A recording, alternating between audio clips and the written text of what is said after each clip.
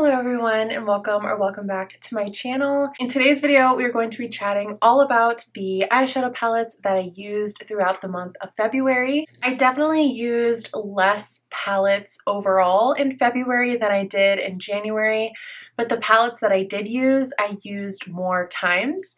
And I think you'll definitely be able to see a theme across the palettes in terms of the looks that I was going for on a day-to-day basis in February. So I'm going to organize this video the same way that I did last month, ranking the palettes by the number of uses. So I'll start with the palettes that had the least amount of uses, and then we'll work our way up to the palette with the largest amount of uses. And we can go ahead and jump in with the palette that is actually on my eyes today. As I'm filming this, it is the last day of February, February 28th. So this palette still counts in my overall palette uses for February. On my eyes today, I used the Too Faced Sweet Peach palette. And this is the first time I've used this palette this year, and I only used it once in the month of February. I love the way this palette smells. I can't believe it still has such a strong fruity peach smell, but it's always a nice surprise when I open the palette because I tend to forget that this palette has a scent. But I reached mainly into the shade Luscious today for just a really nice champagne-y, light neutral colored shimmer across the lid. I put a little bit of the shade Georgia in the crease, which is like a light pinky, peachy, but more pinky matte shade. I used this shade over here, Charmed I'm Sure, to deepen up the outer corner.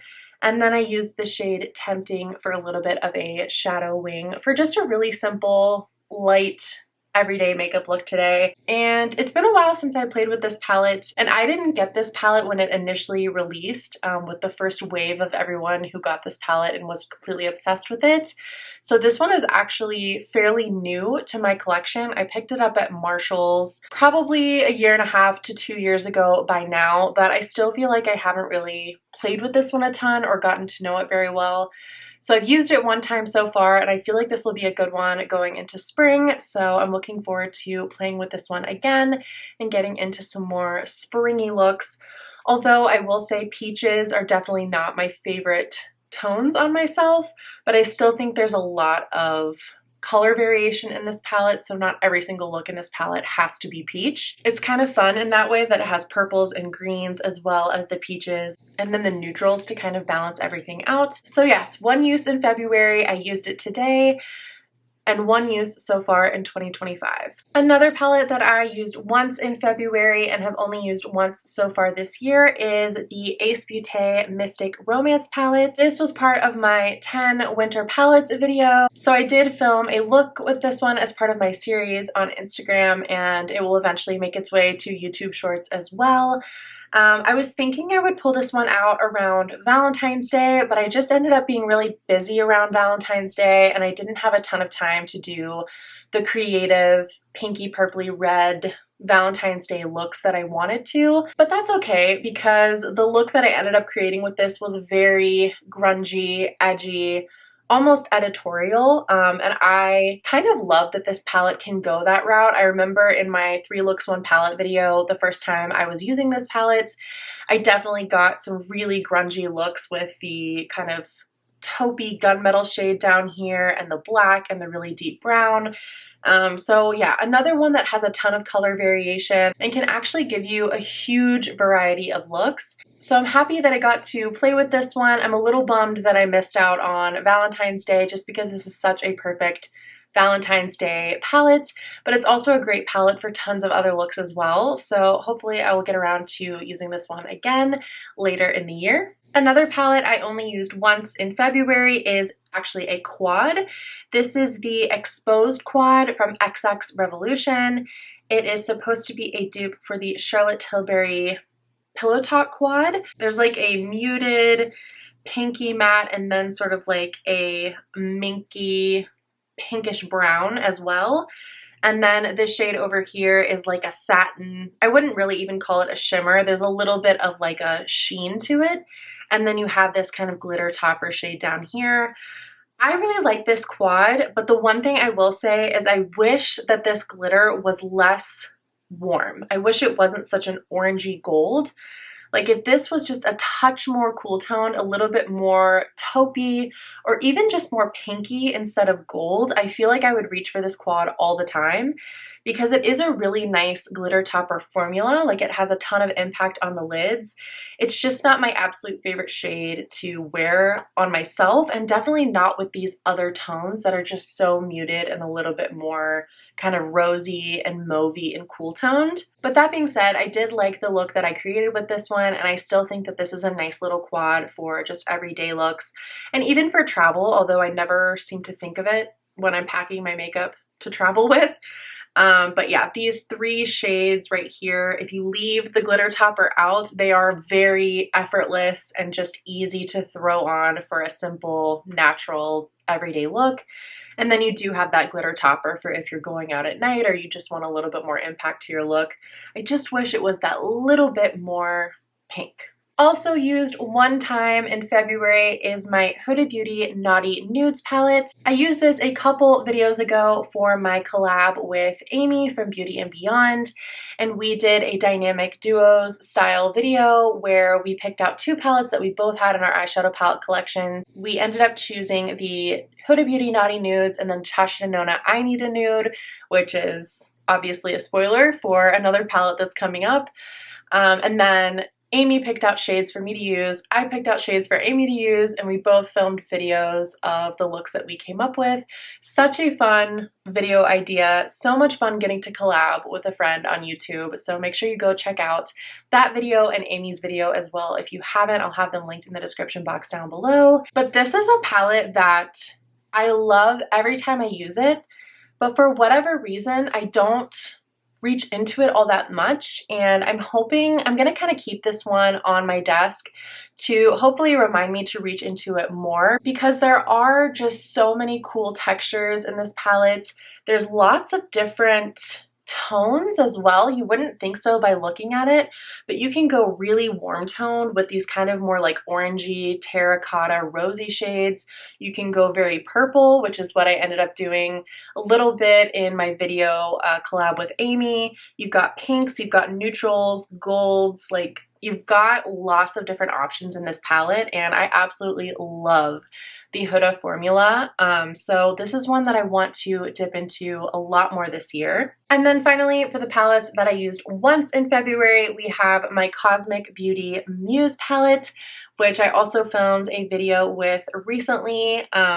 So I can have that one linked in the description box as well. This was decluttered to me from my friend Steph, and I was so excited when she asked me if I wanted to try it, because I have had Cosmic Beauty, formerly Cosmic Brushes, on my wish list since their launch, like their first eyeshadow palette launch. I remember, I think it was Angelica Nyqvist spoke about them in her best eyeshadow palettes of the year, and I believe the Serenity palette was like her #1 palette that year. And so I've always been really curious to try their formula.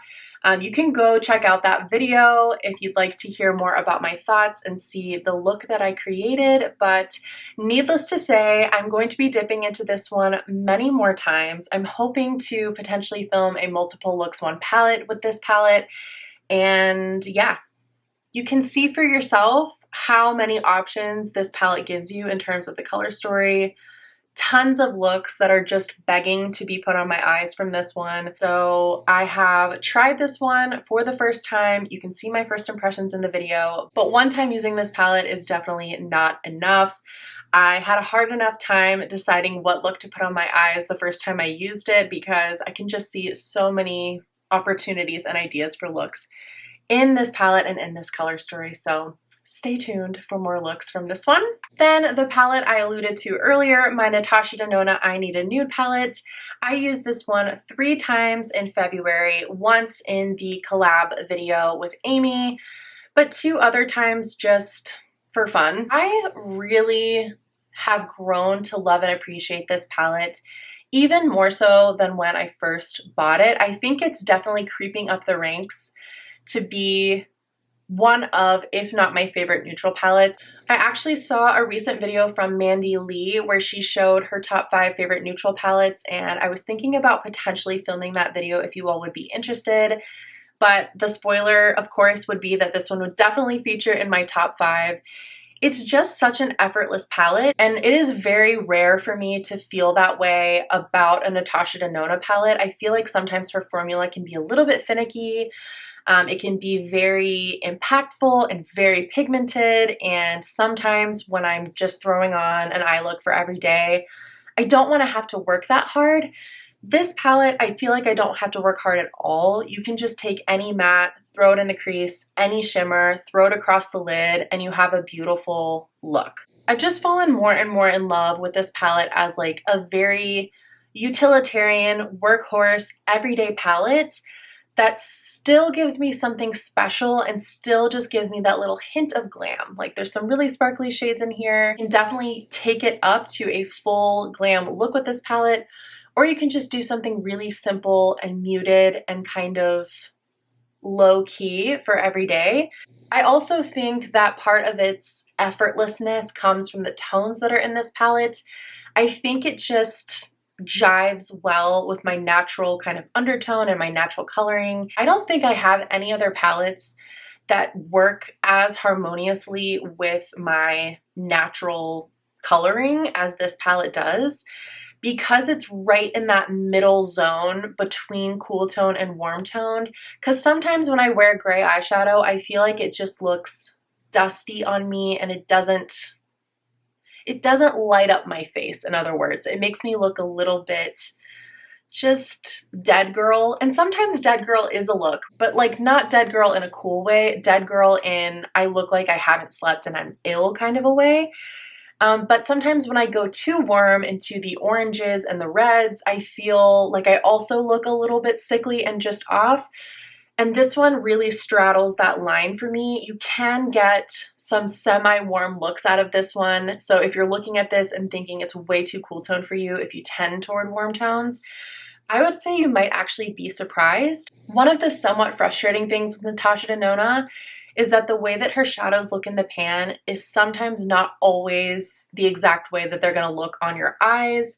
For example, this shade Vague right here, I talked about this in my collab video with Amy, but in the pan this looks like a really kind of muted, soft, mauvey shade with almost like a hint of tan or brown to it.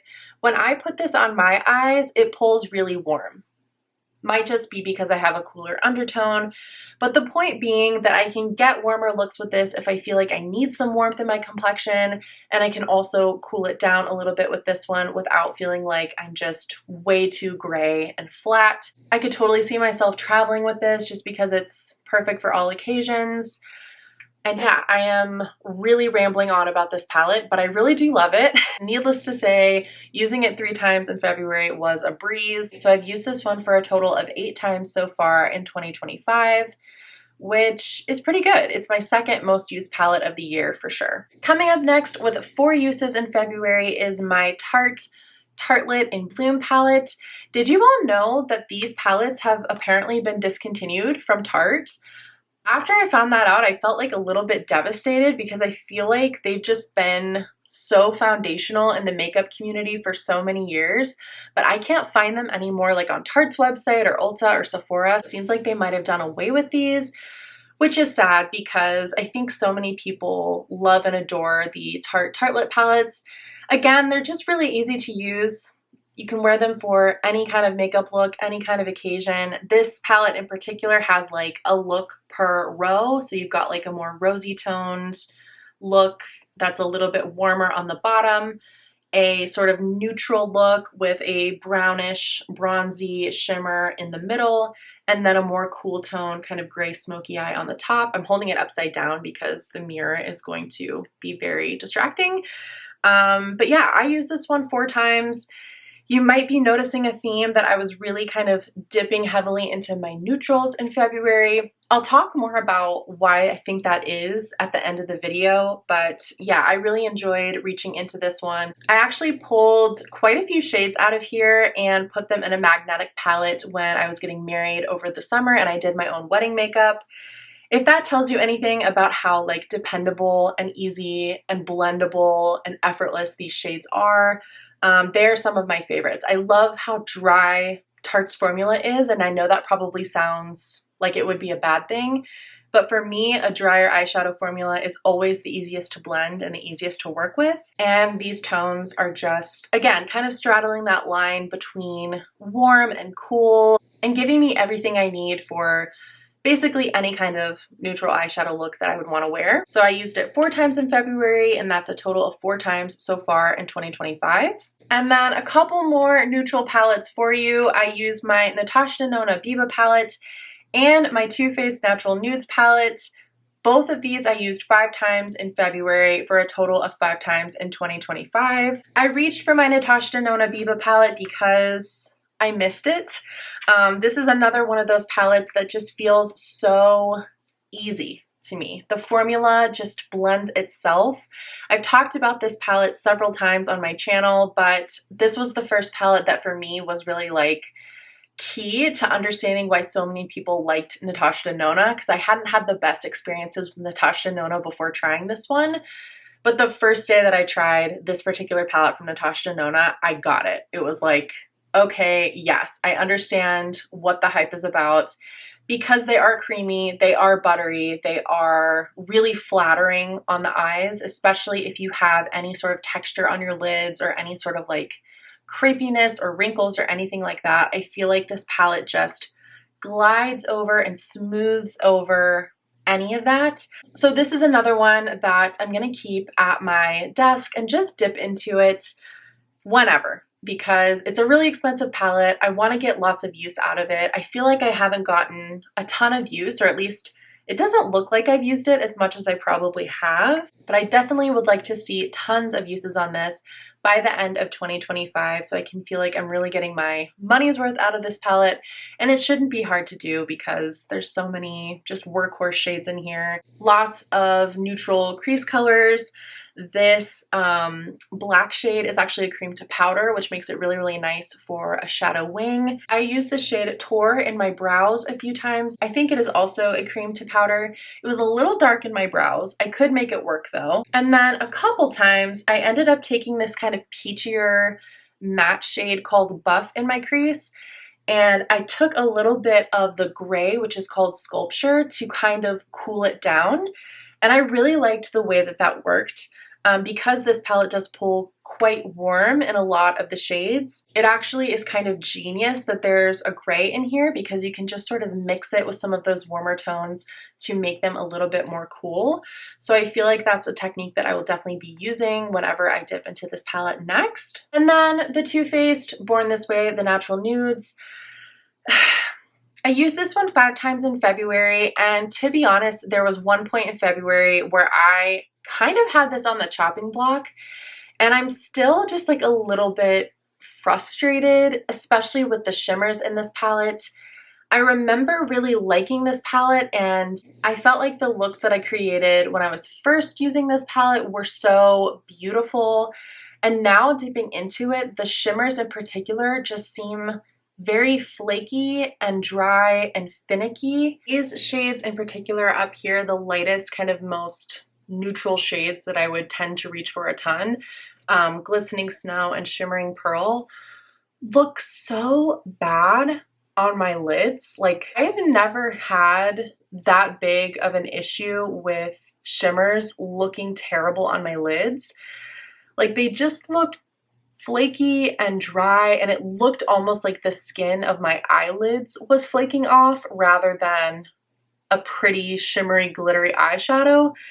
So that was really frustrating, and I'm still like not 100% sold on whether or not I want to keep this palette, but I will say the mattes in this palette are phenomenal. Like, the reason why this palette is here, the reason why I used it 5 times, well, first of all, was because I wanted to see whether or not I even wanted to keep it. Ended up being a palette I reached into primarily for the mattes because they are so nice. It is that really nice blendable, a little bit on the drier side Too Faced matte formula, and the shades in here are really, really nice. Like, it's really nice to have these kind of mauvey, rosy matte tone shades So yeah, this may be a declutter in the future, but for now I am primarily reaching into it for the mattes, including the shade Swan up here, which I actually hit pan in February. To be honest, that pan was kind of a long time coming because it's really not that hard for me to hit pan in lid setting shades in my palettes. But yes, I did use this one 5 times in February. Let me know if you all have this palette, if you've noticed a kind of similar effect happening, if it's like a decline in the quality of the shimmer shadows over time, or are my eyelids just different now than they were? I would love to hear your experiences and thoughts if you have any. And finally, the palette that I used the most in February. I used this palette 12 times for a total of 26 uses so far in 2025. Are you shocked? I feel like I haven't shut up about this palette. It is the Jason Wu Pearl Darling palette. What can I say? I am in love with this. I can't really stop using it. I hit 2 pans in this palette this month. Who am I? I hit pan in the lid setting shade and then this lighter gray shade down here that I've been using to fill in my brows. And I had to hide this palette from myself. I started to think, wow, these videos are going to be really boring if the #1 palette that I use every single month is the same palette. Why am I doing an accidental pan that palette? So maybe in March this one will not be the #1 palette, but it is just so user-friendly. It's just so usable. You can pair it with other palettes. I just dip into this for anything, whether it's just filling in my brows, or I just need a crease color, or I just need a lid setting shade, or I just need a deep brown or a deep black for a shadow liner. It's just there for me. It's my ride or die, and I can't help it. I feel like it's almost a dupe for the Viseart Mattes palette and maybe also the Makeup by Mario Neutrals palette. If you're looking for a more affordable alternative to those, or you just need a workhorse palette in your collection, maybe you're someone who wears a lot of single shadows and you just need something for like transitional shades or shadow liners, I'm telling you, you will not regret this purchase. And I have to hide this from myself again so that March's video will be a little bit more exciting. So in February, I used 10 palettes, and 7, potentially 8 of those we could consider exclusively neutral palettes. Why all the neutrals? I know, it's like I went from January where I had so many fun, colorful palettes to February where things are really neutral this month. And I think the reason for that is that my skin has been a big insecurity for me over the past several weeks because it's just been so dry. Like, I can't even really explain to you how terrible my skin has looked on some days in February when I've put foundation on. It's just flaky. The lines are really emphasized because it's so dehydrated. It has tons of texture, and then if I try to like put powder on to blur things out, the powder makes it look super dry, and I've just been in like a battle with my skin in February. And my kind of answer to that this month was really to wear really, really natural looking makeup on my skin, like tinted sunscreen, skin tints, a tinted moisturizer at most, to try and avoid the terrible way that my skin was looking with foundation on. And so I think because I was going for a lighter, more natural look with my skin, I sort of wanted to do that on the eyes as well. And so for most of February, day to day, I was wearing a very light, natural eye look like this. Just, you know, there's some eyeshadow on, but it's nothing that's like overly colorful or overly shimmery or as fun and vibrant as I usually would wear. I think I've finally gotten a skincare product lineup that is helping to like preserve my skin barrier and give me a little bit more bounce and glow and evenness to my skin, thank God, because I have not been loving the way my makeup has been looking in February. So not that there's anything wrong with neutral palettes or neutral eye looks. I love neutral eye looks. But typically on my YouTube and my Instagram, I am playing, I am experimenting, I'm having a little bit more fun with color. So it's a little bit strange for me to be seeing so many neutral palettes stacked up in the month of February. But I have been kind of enjoying a more natural, low-key approach to my makeup. I'm sure the pendulum will swing back the other way and I will be ready for some really bright, smoky, glam, colorful looks with a full foundation. But for now, my skin just can't tolerate that, and I can't tolerate the way that my skin looks when it looks as bad as it has been looking. So that is my explanation for why I was grabbing for so many neutrals this month. I felt like if I was gonna have to wear really light makeup, I might as well lean into it. I think that's everything for this update. So I would love to know in the comments down below what palettes you were using a bunch in February. Were there any new palettes that you tried for the first time in February? Were there any palettes that you just used over and over and over, like me with my Jason Wu Pearl Darling palette? And are there any palettes that you're looking forward to using now that we are coming into March? And hopefully, fingers crossed, knock on wood, more spring weather. I feel like I'm definitely starting to crave those really pretty spring colors and pastels and just green and St. Patrick's Day. I'm excited for all of that. So let me know your thoughts in the comments down below and give the video a like if you liked it, if you like seeing these updates where I show you what palettes I've been using month to month, and subscribe before you leave if you haven't, because I'd love to see you back at my next video. Thank you so much for watching. Bye.